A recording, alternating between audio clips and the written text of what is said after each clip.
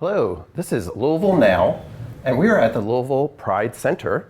I'm Gary White, and I'm here with Ebony Cross, who is the Executive Director of the Louisville Pride Foundation. Thank you for hosting us here today. Anytime. Let's start off talking about the Louisville Pride Foundation. Can you tell us a little bit of history and some of the services that you offer? Absolutely. So the organization started in 2014, and we opened up the center in October of 2022. And we have a host of different programming, services, resources, educational information, and a little bit of fun that we offer here at the center. So what is the mission of the Louisville Pride Foundation? Our mission here is to celebrate and lift up the LGBTQ community while offering a safe space and any type of resources that we need for our people. I know you started something at the end of last year, a food pantry. Yes. Is that correct? Yes. Tell us a little about that and how that's working. So we started the food pantry in October of last year in partnership with Dare to Care, and we run it twice a month, every other Wednesday from 5 to 7. And anybody's welcome. Okay, and I'm sure you could take some donations as well. Is that right? Absolutely, yes. We have a list on Amazon of our non-perishable items and items that we just run out all the time that we always need replenished, and anybody is free to drop off donations here at the center.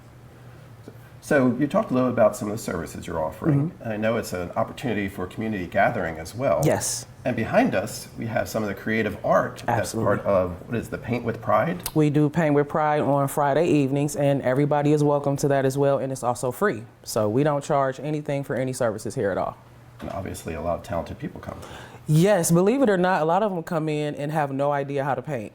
So it's always fun to see what they come up with, and these are some amazing portraits and pictures that they painted on canvas, and we provide all the supplies for it. So we just want you to come in and just be an inspiration and throw some paint on the board. Now I know you have some upcoming events as well. Can you tell us a little about that? So June 28th at the Marriott Hotel from 2 to 7, we're having a pool party, kind of like a end of Pride Month bash, and it is open to the community, and tickets are currently on sale at events.com. Okay, great. Now we're going to be talking later in the show with some individuals about the Kentuckiana Pride Foundation's festival that's coming up this weekend. But you are going to be taking part in that as well. I am. You're a Grand Marshal. I am. Well, you know, we work closely with Kentuckiana Pride, and we wanted to make sure on both sides of organizations, we wanted to make sure that it was our mission to make sure that we work together, not only with each other, but also other organizations as well. So I am privileged, and it is a big honor that they chose me and selected me to be one of the Grand Marshals this year. So Louisville is very fortunate to have two Pride festivals. Yes. Right? Yes. Because the Louisville Pride Foundation has their festival in September? Correct, September 6th. September 6th. On Bardstown Road in the Highlands. Okay, mark your calendars. You can celebrate there as well. Yep. Well, thank you very much. You're very welcome. Glad to be here. And again, thank you for hosting us here. No problem. We'll be right back. We're going to be talking with some members from the Human Relations Commission here with the Louisville Metro government about listening sessions that they are doing with the LGBTQ plus community. Thank you very much. You're welcome. My name is Robert Kennedy. I'm an equipment operator. I've been with the city a year and a half. I love my job. I love the job. People are nice to work with. We get along well. Besides, other than driving trucks, I'm a sanitation engineer. To me, it means I clean up, I pick up whatever needs to be done. We do it. We take care of it. People here are easy to work with. They don't mind teaching you, and you learn by the employees and by your superiors. Today we're doing complaints. They give us these forms. We go pick up and clean up alleys or clean up front of the yard, whatever the address is on the complaint. We go to that address. We clean it up, whether it's the alley or front of your yard, or maybe on the expressway somewhere. Dial those 3-digit numbers, tell us you got a complaint, and they come take pictures of it, then they give it to us, and we'll come clean it up. Every now and then we see a customer, they walk past and say, "Thank you very much, appreciate what you do." It feels good. Well, they can make sure they put the garbage in their cans, or if they got a spot, or they put all they want to pick up whenever they do call in the complaint, make sure it's all in one general area. I like doing it, getting it done.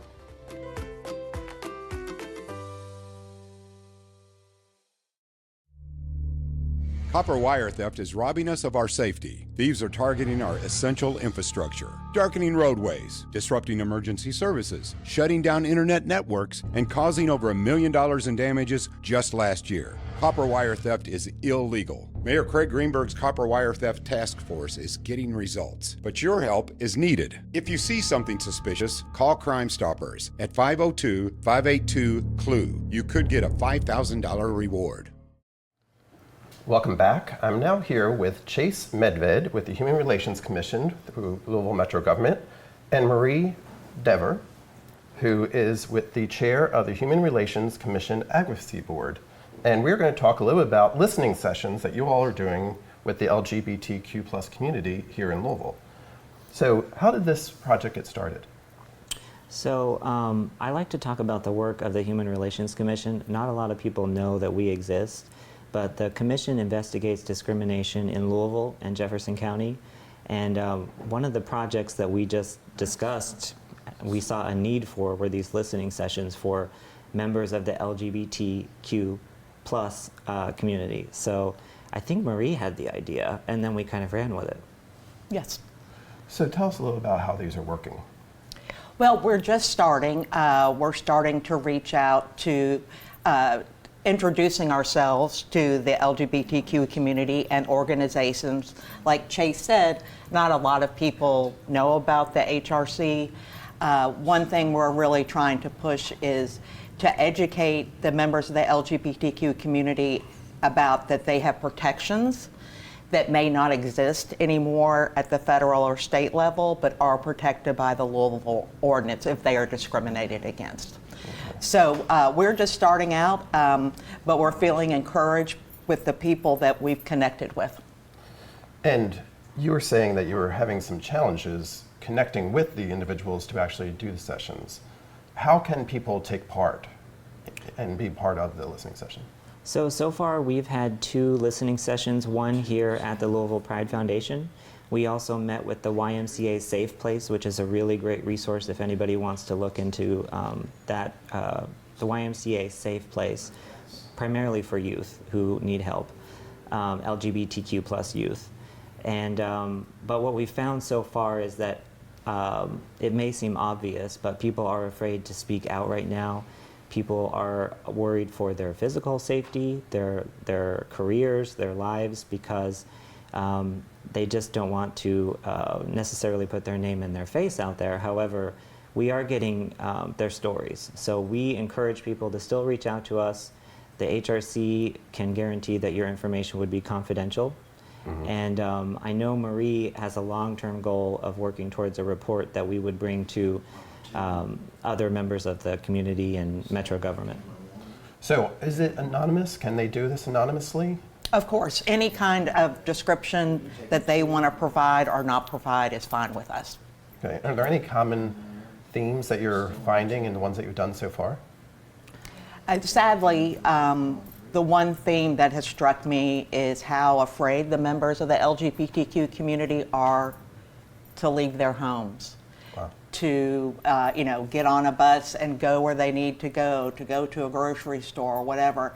They're afraid to be out in public, especially alone, and that's completely heartbreaking. Yes.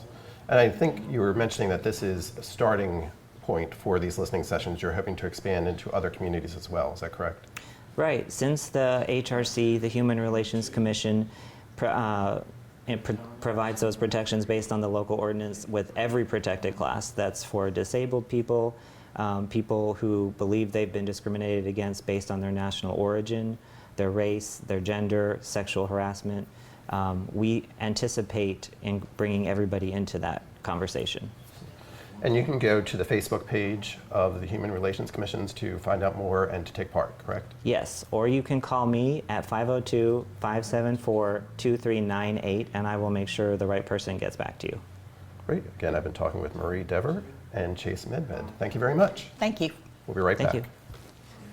My name is Mary Burton. I'm a packer driver at Waste Collection. I've been here 5.5 years. I like the people that I work with, the people in the community. They come out, speak to you. It just becomes like family oriented. Morning. Thank you. especially the kids that come out and wave. They're your regulars. You look forward to seeing them. I started behind the truck tipping, and then I worked my way up, getting my license and then training, and I've been driving ever since. When I first started, I was so scared because I'm really short. A senior driver here, he just talks to me. He's like, you can't be scared. You're the biggest thing out here. Everybody's scared of you. Don't be scared of the truck. So that really encouraged me to like drive differently. Once I just got the hang of it, it's just like driving a car now, riding a bike, chewing bubblegum. Actually, just the other day, I thought it was really sweet. One of my tippers, we was behind a tarp, and it was like an older woman getting off the tarp, and he like took off his gloves and initiated like going to go help her, and I was like, oh, that just made my heart like warm. But yeah, I mean, we run into things like that all the time on the route. You know, we work out here in the community, so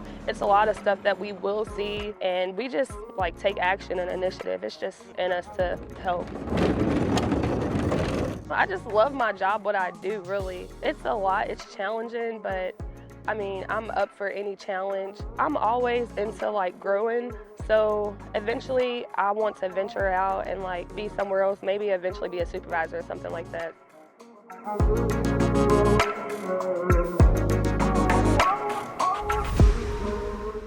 Welcome back. I'm Gary White with Metro TV, and I'm here now with Stuart Walker, who is with Sweet Evening Breeze, which is a transitional housing organization.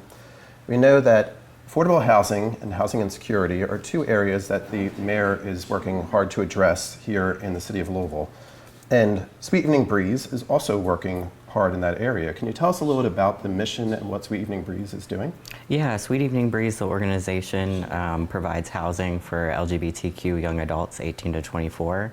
We also provide housing resources for them, such as, you know, educational services and helping them with resumes and things like that. But our goal is just to get LGBTQ young adults to get into stable housing and be able to kind of like live by themselves independently.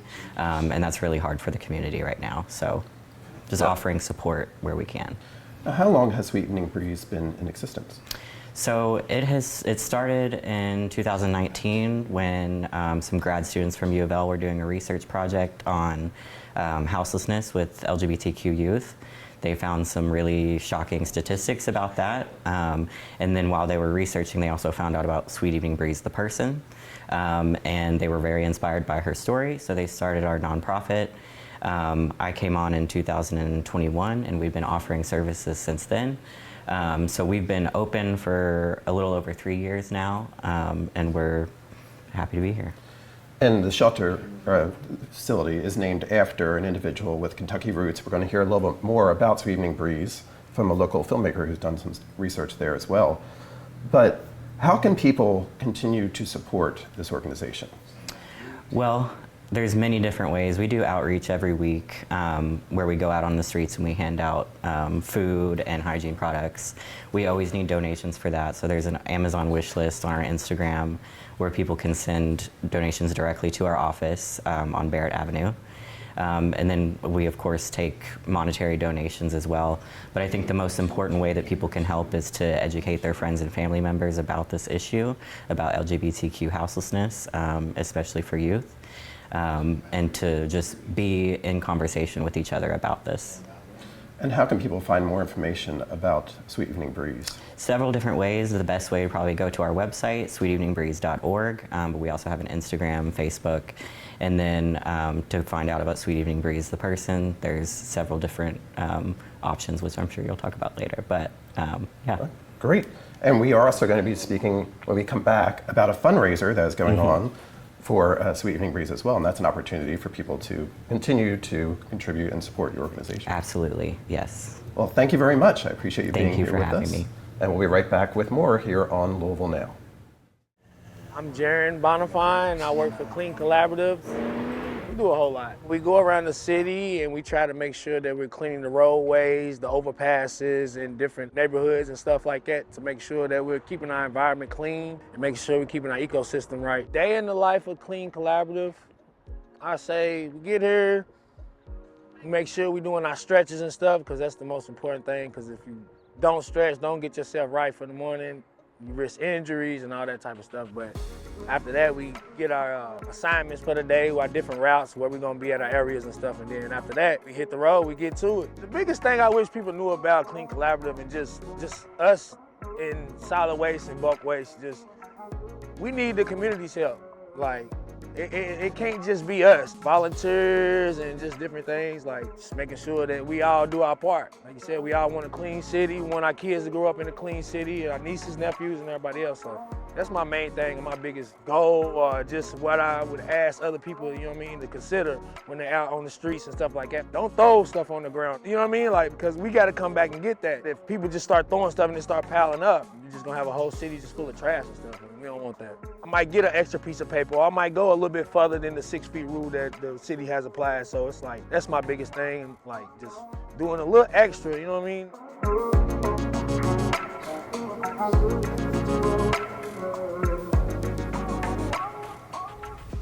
I'm here now with Philip Molestina, who is with the Human Relations Commission, the Public Education Coordinator with Louisville Metro Government's Human Relations Commission. And we're going to talk about a fundraiser that is going to be taking place in July. That is a fundraiser for Sweet Evening Breeze. It's introducing Miss Sweets, I believe is what it's called, right? Mm-hmm. Okay. Tell us about the event for us. Well, it's going to be a fundraiser for raising funds for Sweet Evening Breeze. It's going to be a collaboration with Human Relations Commission, Sweet Evening Breeze, and the Mandala House.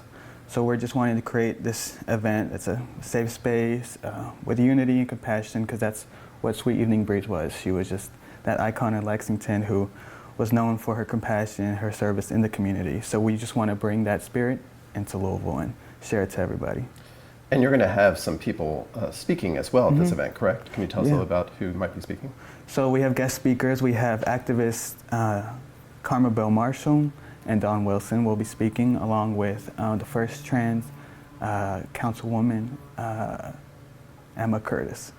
And so we'll be having also a proclamation with Senator Couture Herring, who will be doing that. So there'll be a lot of great information that will be said. That's fantastic.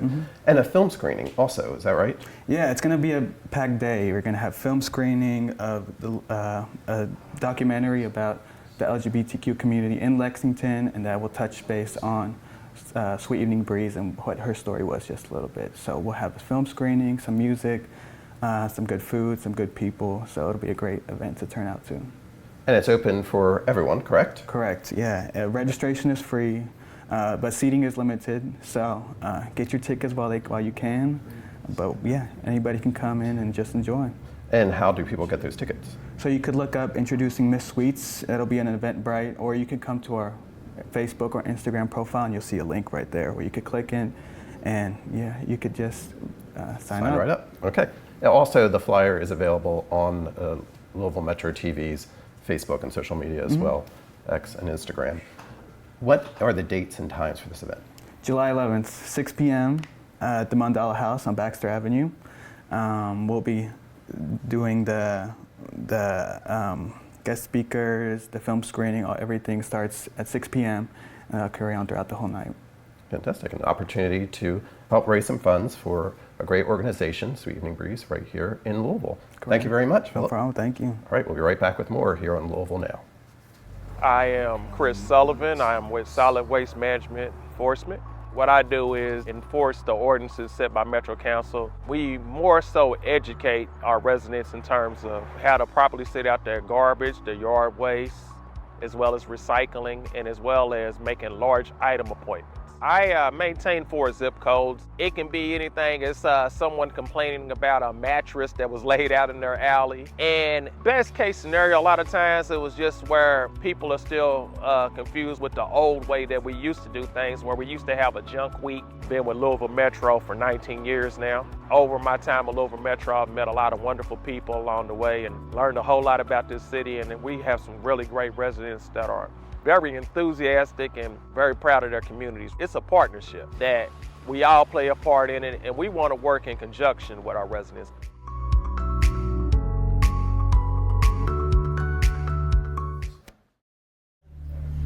Copper wire theft is robbing us of our safety. Thieves are targeting our essential infrastructure, darkening roadways, disrupting emergency services, shutting down internet networks, and causing over $1 million in damages just last year. Copper wire theft is illegal. Mayor Craig Greenberg's Copper Wire Theft Task Force is getting results, but your help is needed. If you see something suspicious, call Crime Stoppers at 502-582-CLUE. You could get a $5,000 reward.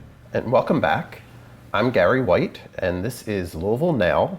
We're at the Louisville Pride Center, and we appreciate them hosting us here for this conversation today. And I'm here now with Tim Wyrock, who is the Vice President of the Kentuckiana Pride Foundation. And I bet it's a busy week for you. It is. Yes, you have events coming up on Saturday. So let's get started talking about the festival that is going to be taking place on Saturday. Sure. You have a parade and a festival, correct? We do. We have a parade starting in New Lou. It's going to go down from New Lou to River Road at the festival grounds, and in there it starts at noon, and it will probably take several hours, obviously, because we got about 113 different participants. So we're expecting somewhere around 10,000 or more to be in attendance just in probably the parade alone. Oh wow! Yeah. Actually participating in Yeah. the parade. That's great. It's really grown, and we want to mention this is the 25th anniversary. It is 25 years. Yeah, 25 years ago we started at the Belvedere in Louisville, Kentucky, and then we have grown since then and moved it to the Big Four lawn where it is today. Okay, that's great. Tell us a little about the Kentuckiana Pride Foundation. Sure. So the organization actually started in 1982, believe it or not, as a Pride picnic, and over the years it evolved from the Pride picnic. It had been picked up by several different organizations. Even the Bowling League at once upon a time had the organization. And from there, it eventually grew into the Kentuckiana Pride Foundation 25 years ago, into what it is that we know it today as the parade and the festival. So yeah. A lot of history, a rich history there that the organization's been through. That's great. So we talked about the parade that's going to be at noon. And then the festival, what are the hours and how can people take part in that? So kypride.com, first of all, I'd say go there to our events page because it has everything that's going on. We start off in the Highlands on Thursday for a kickoff party, go to a dance party on Friday to eventually the festival and the parade itself on Saturday, followed by a closeout party at the Myriad Hotel on Sunday with a brunch and pool party. So a ton of stuff going on throughout the week and throughout the month, obviously. And how can people find out the details, get tickets and all that kind of stuff? Go to kypride.com, and then at that page, there's an events section. Go to the events section on kypride.com, and all the tickets are available, all the links are available there, and all the dates and times and all the things for the events. Now tell us who the headliners are for the festival this year, because I know last year that was a big deal with you guys, right? Last year with Chapel was a big deal. It was sort of unexpected. She blew up at that time, and we had a sold-out crowd. There's over 25,000 people in attendance, 50,000 total for the festival and the parade itself. Natasha Bedingfield is this year as the headliner, Sauces Santana. We've got Tanner Adele, Molly Grace, Grant Ganoki, international DJs GSP and Dan Slater, Voices of Kentuckiana. So there's lots of different talent that's going to be there for the festival all day long. Fantastic. And again, they can go to kypride.org? No, com. It's kypride.com. Okay. Believe it or not. Okay, that's great. Okay. But we also, as we mentioned, we're at the Louisville Pride Center and the Louisville Pride Foundation's here. We heard that Ebony is one of the Grand Marshals, but there's also another individual who works here who's going to be getting an award, right? Yes, Anthony Munger. He's going to be getting the Amaraj Sailing Trans Champion Scholarship. There's a scholarship, and a Community Service Award. So it kind of attaches to two things. One, it attaches to the Community Service Award, so he's receiving the award. And in addition to that, there's a scholarship stipend that's given to the University of Louisville and Amaraj Sailing to that Trans Champion Scholarship, And so that money will be donated on his behalf as well. So there's $2,500 between his award plus the award that goes to the scholarship itself. Fantastic. That's the Kentuckiana Pride Foundation, their festival and parade on Saturday. Head on out and enjoy the event. That's right. Thank you very much for talking with us. I appreciate it. Thank We're you right for back having with us. more here on Louisville Now. Thank you. My name is Robert Clayton. I work for Swims. on the DAT truck, better known as the dead animal truck. Typical day, start out getting my paperwork, then getting in my truck, going picking up dead animals around the city. A lot of people call 311 and let us know where dead animals are, and we'll go pick them up. I've been working for SWIMS for 10 years. I started out as a tipper, then I was a CDL tipper, then I was a driver. A lot of people saying it's a disgusting job, but somebody got to do it. Why not me? I prefer cold weather because the hot weather, all the maggots is out. You know, I've been flipped off and called names and everything, but I'm just doing my job. Just be cautious sometime when you see our truck stop. Kind of slow down because we are doing something positive for the community. Just as long as I go home every day the way that I came in and just come to work and do my job. That's the main thing that I look forward to, going home, being a grandfather and a father and a husband.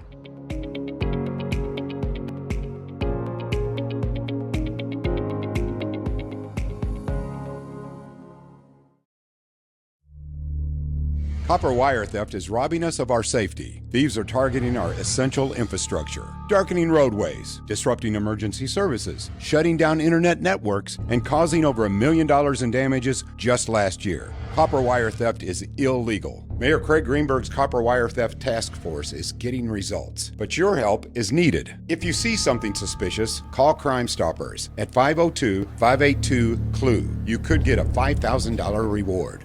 Welcome back to Louisville Now. Now I'm being joined by Travis Miles, who is a local screenwriter here in Louisville. And we've been talking a lot about Sweet Evening Breeze. Travis, you've literally written a screenplay, the story of Sweet Evening Breeze, right? I have, yes, that's right. Okay, can you tell us a little about them? Yeah, absolutely.